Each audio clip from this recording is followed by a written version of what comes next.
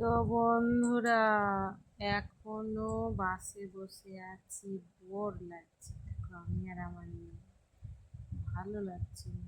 একটা দুটো গাড়িতে লোক এসেছে, আমার ভাইপো, ভাইজি, আমার মা গাড়িতে তুলতে এসেছে, দেখতেই পাচ্ছ।